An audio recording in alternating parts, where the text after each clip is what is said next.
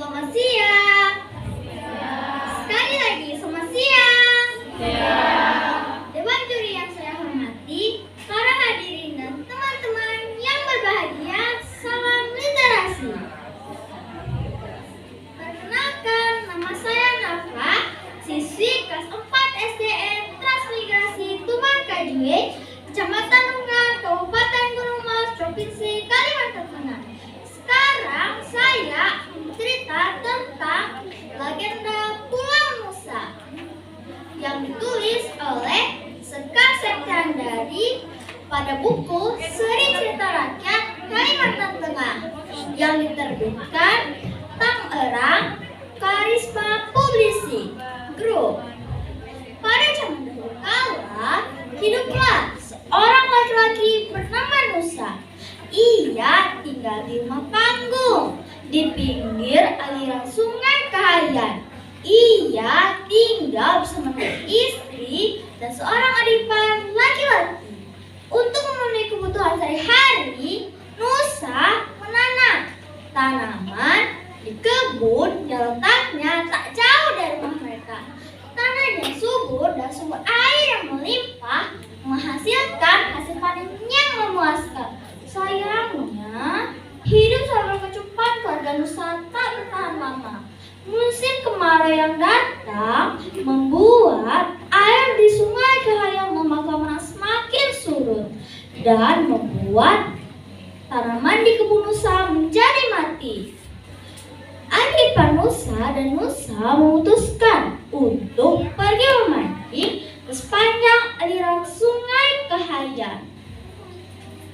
Di saat sedang menyusuri sungai, ada pohon besar yang jatuh ke tengah-tengah aliran sungai Kahayan. Dan Nusa pun menepikan perahu mereka dan berusaha menebang pohon besar itu. Sayangnya, butuh waktu yang lama untuk menebang pohon besar itu. Nusa pun memutuskan untuk membagi tugas dengan sang adik ipar. Jadi, kau lanjutkan membawa pohon ini, sedangkan aku mencari bahan makanan yang dapat kita makan, ujar Nusa. Baiklah, Kak, aku akan berusaha menebang pohon besar ini sebelum menyusuri, ujar adik ipar Nusa. Nusa pun memasuki hutan di aliran tersebut. Saat Nusa sedang mencari-cari hewan atau buah yang dapat mereka makan, Nusa melihat telur putih besar di antara bebatuan.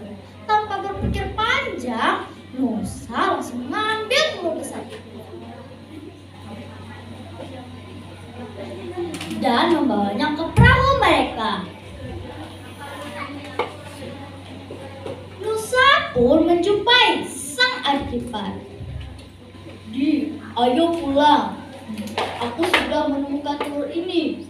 Dengan telur ini kita tidak perlu bersusah-susah memancing atau mencari bahan makanan yang dapat kita makan, ujar Nusa. Adik ipar Nusa yang sudah kelelahan menyambut ajakan pulang sang kakak ipar dengan penuh bahagia. Nusa pun memutar balik perahu mereka.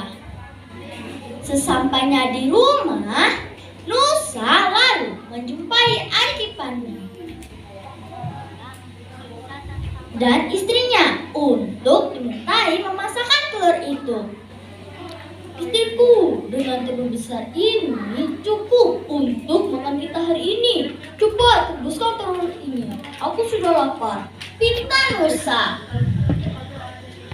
Abang, saya tidak tahu itu telur apa. Aku tidak apa-apa kalau hari ini kita tidak makan. Yang penting kita tidak memakan telur itu. Ya sudah, jika memang kalian tidak mau makan telur ini, biar aku saja yang menghabiskannya, ujar Nusa. Nusa pun mengambil periuk paling besar yang ada di rumahnya dan memasak telur itu hingga habis dan memakannya. Nyam nyam nyam nyam nyam nyam. Keesokan harinya, kejadian aneh terjadi di rumah Nusa. Tubuhnya tiba-tiba terasa gatal dan muncul bercak-bercak merah. Nusa pun meminta tolong kepada istri dan adik iparnya untuk menggarukkan tubuhnya. Bukannya mereda, rasa gatal itu semakin menjadi-jadi. Lihat keadaan sang ipar, adik ipar Nusa meminta pertolongan kepada tetangga desanya. Tak beberapa lama kemudian, datanglah sang adik ipar bersama dengan rombongan warga. Rombongan warga terkejut melihat ada Nusa yang telah berubah menjadi seekor manusia bersisir dari atas dada hingga ujung kaki. Para warga pun mendiskusikan bagaimana caranya agar penyakit Nusa bisa disembuhkan. Namun di saat mereka sedang berbincang-bincang, bincang terhenti karena Nusa berteriak seperti orangnya. Tolong, tolong, tubuhku panas, tolong, tolong, ceburkan aku ke sungai, teriak Nusa. Adik Nusa dan warga membawa tubuh Nusa ke aliran sungai Kahayan yang belum mengering dan menceburkan tubuh Nusa ke aliran sungai Kahayan. Setelah diceburkan, tubuh Nusa lama-lama semakin membesar dan berubah menjadi seekor naga.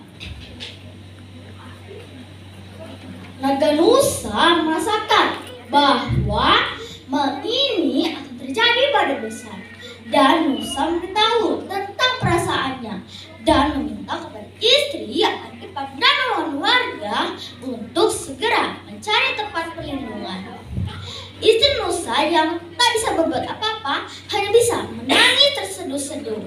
Wanita ini akhirnya mengucapkan selamat tinggal kepada suaminya, dan akhirnya adik ipar Nusa dan rombongan warga meninggalkan Nusa di sungai itu. Dan benar saja, itu terjadi pada besar, diiringi dengan petir yang bergemuruh yang membuat air di aliran sungai Kahayan lama-kelamaan semakin meluap, yang membawa tubuh Nusa hanyut ke aliran sungai Kahayan. Naga Nusa memikirkan bagaimana caranya agar ia dapat bertahan hidup di muara sungai Kahayan itu. Beruntungnya, muara sungai itu menjadi tempat tinggal bagi kawanan ikan dari beragam jenis.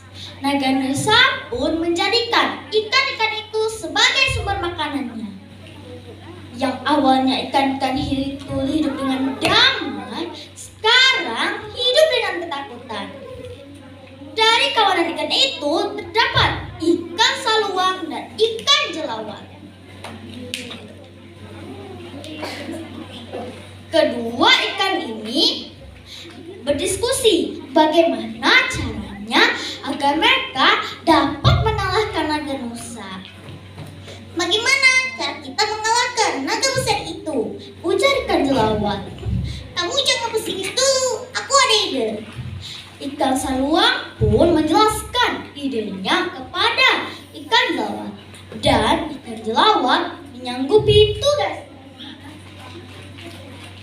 Keesokan harinya, ikan saluang menjumpai naga Nusa dan memberitahu bahwa ada naga lain yang menentangnya untuk berkelahi. Apa kamu bilang? Ada naga lain yang berani menentangku, ujar naga Nusa. Benar, Tuan Naga. Ia mengatakan bahwa akan menjadi penguasa baru di muara sungai itu, ujar ikan saluang. Baiklah, aku terima tantangannya. Jumpai aku besok di sini, ujar naga Nusa. Ikan saluang pun menjumpai ikan jelawar dan memberitahu tentang kelanjutan rencana mereka dan mengumpulkan ikan-ikan lain untuk mendiskusikan bagaimana caranya agar kelanjutan rencana mereka. Keesokan harinya, Naga Nusa menunggu kedatangan naga yang dikatakan oleh naga Nusa. Waktu selesai. Langsung tutup napa? Tutup pantun ya. Pantun. Tutup. Pergi ke pasar membeli kelinci, cantik warna putih bersih. Sekian cerita hari ini, saya ucapkan banyak terima kasih. Terima kasih.